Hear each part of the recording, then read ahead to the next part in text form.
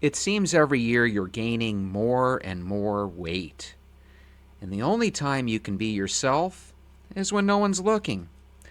Wouldn't it be great if we could just go back to a time when we were still healthy? You tell yourself that you would walk every day if you only had a partner. Yet every day you walk alone. Until now. Welcome to Walk Talk Vent.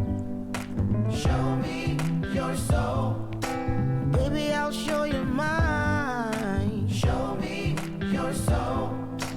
Honey, it's way past time. How expensive do I have to be? Need I spell it out before you get it, baby? Show me your soul.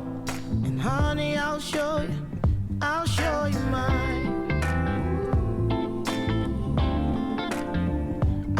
you mine.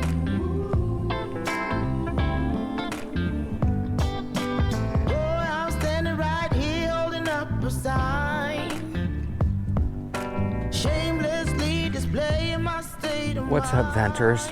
I'm in the produce section at Walmart just about an hour or so ago. And in that produce section, sometimes I get this chicken wrap thing they have. It's like $5. It's probably something I could make myself for $1.50, but either way, spend $5, get a chicken wrap, feel pretty good about myself, like I'm making a pretty healthy choice over, fast food or something like that.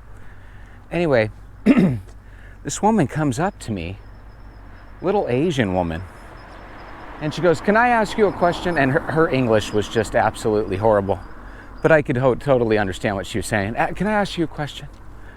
Do you believe," and she puts her hand down the middle, "do you believe in heaven and hell, and what happens when you die? Do you go to heaven? You go?"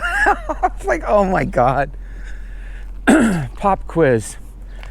And so of course I go, I think that when we die, we go to heaven, right? And she, keep in mind, she could barely speak. And she goes, "Well, do you go to church? Why, how do you know you're going to heaven?" And I was just like, oh my God. Apparently I must have been the most easygoing person in the store, because I could just tell that she was very, very nervous speaking with me, right? But out of everybody in the store, apparently I looked the most carefree and easygoing, that apparently she got a little courage to try to save my soul. Why do I find this amazing? I find this amazing because you could tell by her voice that she was probably from China or Vietnam, one of these Asian countries, right? And you could tell that she probably saw it as a gift from God that she could just be in America. I'm just guessing here. And the number one thing that she wanted to do as an American today, about an hour ago at Walmart, was she wanted to potentially turn me on to Jesus Christ. I don't know about you guys. That's pretty special. That's pretty cool. I'm out in my car in the parking lot afterwards, right? Because at first I'm just chuckling, because right after this, she kind of lost heart and just walked away. I don't know if she said, "Oh my God, we've lost this one. We can't get this white devil," right? I don't know if she said that. But she basically just walked away, and she lost a little courage. But I tried to tell her, "Thank you so much. Thank you for what you do," right? I was happy about our little conversation. In the past, I probably would have said, "Get away from me." No, just kidding. So anyway, when I'm in the parking lot, I'm doing a quick look-see around, thinking if I see her, I want to go talk to her super quick. I didn't end up seeing her, but what I was going to tell her was that she did a good job. She's probably at that age in her life, I'm just guessing, she was in her 60s. She had a very, very grandmotherly look to her, and just think about how tough that is. You're in a country that you weren't born in. You're speaking the other person's language, right? But you don't necessarily speak it well. And the number one thing you're trying to do, and I assume her pastor in her church probably was talking about this over the past week, because you know how pastors can be. If you really love your Lord, live your faith, carry your faith on your sleeve, go up to people and proselytize, show them that you love the Lord, right? I can almost hear them saying that. And this woman loved the Lord enough that she chose to try to save me there in Walmart. So I just thought that was kind of a beautiful thing. It's kind of goofy because you know as well as I do, we've all seen people try to hand us the little Jehovah's Witness pamphlet, right? We've all seen people knocking on the doors, asking if we have a church to go through. It might not happen all the time, but it's happened. Have you guys ever had the two teenage kids in a suit and tie that come up and try to tell you about the Book of Mormon, right? And becoming a LDS member? Those things happen. Now, most of us just say, hey, I'm not really interested, right? Some of us might even be at a tough point in our life and say, yeah, tell me about your church. I'm willing to submit, whatever the case might be. But I think we can all agree that it was kind of a nice thing. It really, really was. It must have taken a lot of bravery for her to come up. Speaking of bravery, some of you guys saw my first couple shows. God damn, loud ass horn. They're always trying to fuck with me. Some of you guys remember my very first couple shows. I was embarrassed the first couple shows, just carrying around my camera and talking to myself. But through repetition, you get to the point where you just get used to it. And sometimes I find myself at the end of the day where I don't have much sunlight left, and it's like, hey, get going. One year, when I was going to this school, this is Acacia Elementary School, really great school, we were selling candy bars. And I don't know if you guys remember these candy bars when we were younger, but the wrapper, you could take it to Burger King, and they would actually give you a Whopper for like 99 cents. Do you guys remember that? And it might have even been free. It was some sort of deal where after you sold them the candy bar, they could go get $1 Whopper or something. Really, really cool deal.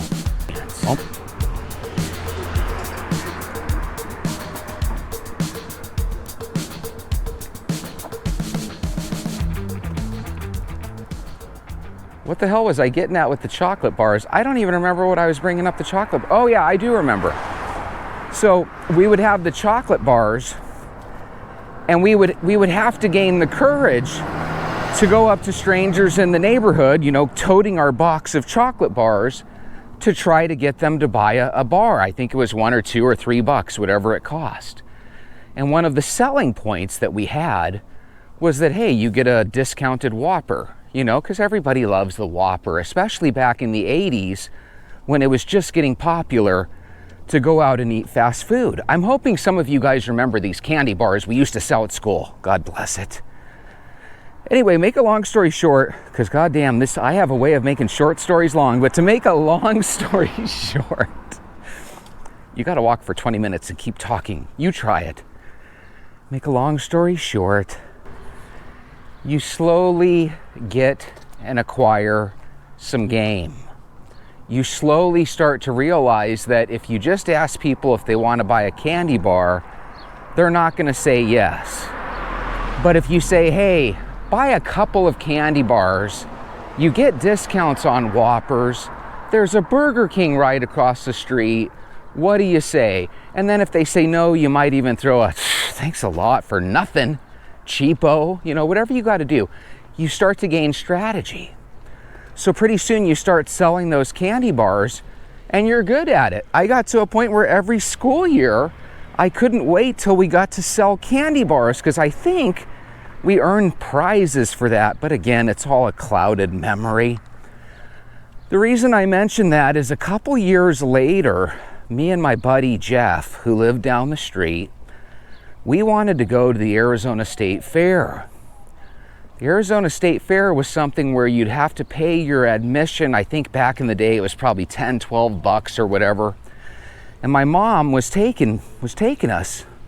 But she was taking us as in me and her, right? That was our thing we were going to do. But of course, being 9, 10 years old, I wanted to go with a buddy, right?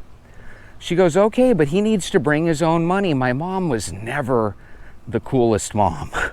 If someone spent the night, it was like, hey, have him shower at home, have him bring his own sleeping bag, and have him eat at home too. And it's like, thank Thank you, Mrs. Kindness. Very embarrassing, my mother sometimes. But anyway, she wouldn't pay for anything for him, so he had to have his own money. Well, Jeff's parents were actually poor. That's what gets me about today's poor people. People today claim they're poor, yet they have a cell phone and brand new shoes and all this nice shit, right? But back in the day, poor people literally, had to eat ramen noodles until some more money came in, to the house. And that's the type of family that Jeff's parents were. Big family, by the way. He had like 5 or 6 brothers and sisters, so they didn't have very much money. So we came up with a plan. He was going to wear his scout uniform, and we took a coffee can and some construction paper, and we put on there some sort of charity, and we started walking around the neighborhood collecting change and money for the charity, knowing that we were bullshitting people just so we could go to the fair. Here's the funny thing. We collected enough money for him to go to the fair. We had a blast. But looking back through my adult eyes and adult memories, I would be willing to bet that we didn't fool one single person. They probably knew that there was no such charity. They probably knew that it was absolute BS. And they were just being kind. Take it back to Walmart, Jesse. Take it back to Walmart. Make it make sense. Well, today when that Chinese lady came up to me to save my soul, I could have done what many of us have done many times before and just poo-pooed her away. I'm not interested. Look, lady, I don't want to buy anything. Get away from me, right? But sometimes it's nice just to have a little kindness. Right now, she's probably thinking I almost converted one over, but I was already a Christian. I honestly thought she was going to whip out a Jehovah's Witness pamphlet or a Tower Watch Group pamphlet, whatever. I thought she was going to be whipping out something like that. I was really proud of her, though. I think if I was in China or Southeast Asia, I don't think I could go up to somebody and in their language try to ask them about, their thoughts on God and stuff. I just thought that was really amazing. Really amazing. By the way, the Walmart I was at, it's a very tough Walmart. Out of everybody in there, I think I probably would have asked somebody like me over the other people too. I think that's what makes it really funny. I know that when you look at me out in public, I probably just come across as a nice human being over there in a red t-shirt, right? Is that John Stamos? And then on my t-shirt, I'm wearing my John Stamos t-shirt. Isn't that you, Walk Talk Event? Yeah, but it really looks like John Stamos.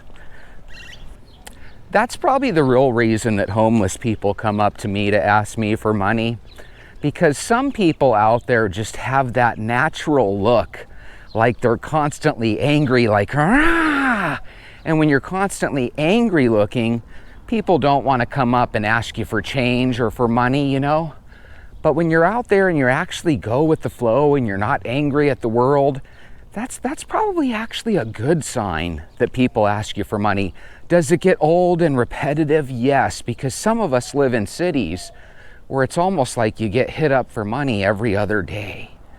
But if you really, really break it down, it means that when people look at you, they are overcome with hope. Can I have 38 cents, sir? No. Well, thank you for at least giving me a little hope. I only say no 40% of the time. I say yes 60% of the time. And the only reason I started saying no is because I started believing in the saying, no good deed goes unpunished. And I just found that all the time I gave homeless people money, I ended up having a shitty week. Jesse, that's a horrible reason not to help. I know it is. But part of the reason you guys watch my show is because I try to be honest with you. What would you do, Venters, if every time you gave anybody anything, you ended up having a miserable day and a miserable week. Conversely, every time somebody asked you for something, you said no, and you ended up having a fantastic week and an even better month. How would that affect you? Some people are thinking, I want to say the right thing, Jesse. I want to say it wouldn't affect me at all. I'd still be nice. It's like, Mala, you would not. After a while, Mala and Carla, you are so nice, but you know, after a while you would say, hey, helping this person is unlucky. So I'm just going to go out and say it. Most people are going to help somebody, but right when it starts to be unlucky, they're going to want to change their luck. And they're going to start saying no. And here's the evil curse of America. If you start saying no to the homeless and you quit helping people, more money will find its way in your pocket. I know it's screwed. I know it's effed up. Jesse, you shouldn't say this stuff. You're a Christian and you love people. I truly do. But no good deed goes unpunished. There is nothing you can do. That's why everyone always tells you, I don't care how good the friend is, and I don't care how close the cousin is, when they ask you for $3, $4, $5,000, do not give it to them, because otherwise what you're gonna do is you're gonna lose $3, $4, $5,000, and you're gonna lose a relationship with that person because they will not pay you back and they'll never talk to you again.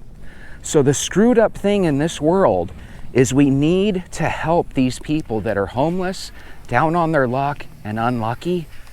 But every time we do, it's gonna make our life suck that much more. Isn't that crazy? I know you guys are so angry, you're hitting the thumbs down button. Jesse, that can't be true, but it is true. No good deed goes unpunished. Hey, how's it going? So what does that mean? What do we do? You gotta still do good stuff. You just got to be okay with life sucking sometimes. That's why we walk. I can do this, you can do this, we can do this. Let's do this. But it is true, isn't that horrible? Every time your buddy asks you for money and you know your buddy's like in a bad state of mind, you're probably never going to see that money again. Did Jesse just tell us not to help the homeless people? Don't help anybody. And all of a sudden you'll be so successful, it'll blow your mind. Is that the scariest thing ever? What are you saying, Jesse? You can still help people, but just be okay with life sucking if you do. Jesse, that sounds effed up. It is, Bob. It is. I used to help everybody and all I got for it was misery and grief. Right when you start saying no, I mean, I'll even walk by people with change jingling in my pocket and tell them I don't have anything. Right when you do that, all of a sudden shit goes your way. Can I get an amen? Be nice. Be nice. I bet you that's what greedy people think. I'm not even joking with you. Right now there's a greedy rich person and he's saying, that's why I'm so cheap. That and you're an asshole. I hope you guys have a wonderful day. Remember, your real health has nothing to do with money. Your real health your real wealth, I always say that backwards. Your real wealth has nothing to do with cash in your pocket or money in your bank account. It's your health. And the best way we can all get rich in health is to walk every single day, drink more water, avoid sugar, eat whole foods, and get to walking an extra lap. I'll see you guys tomorrow. Have a great night.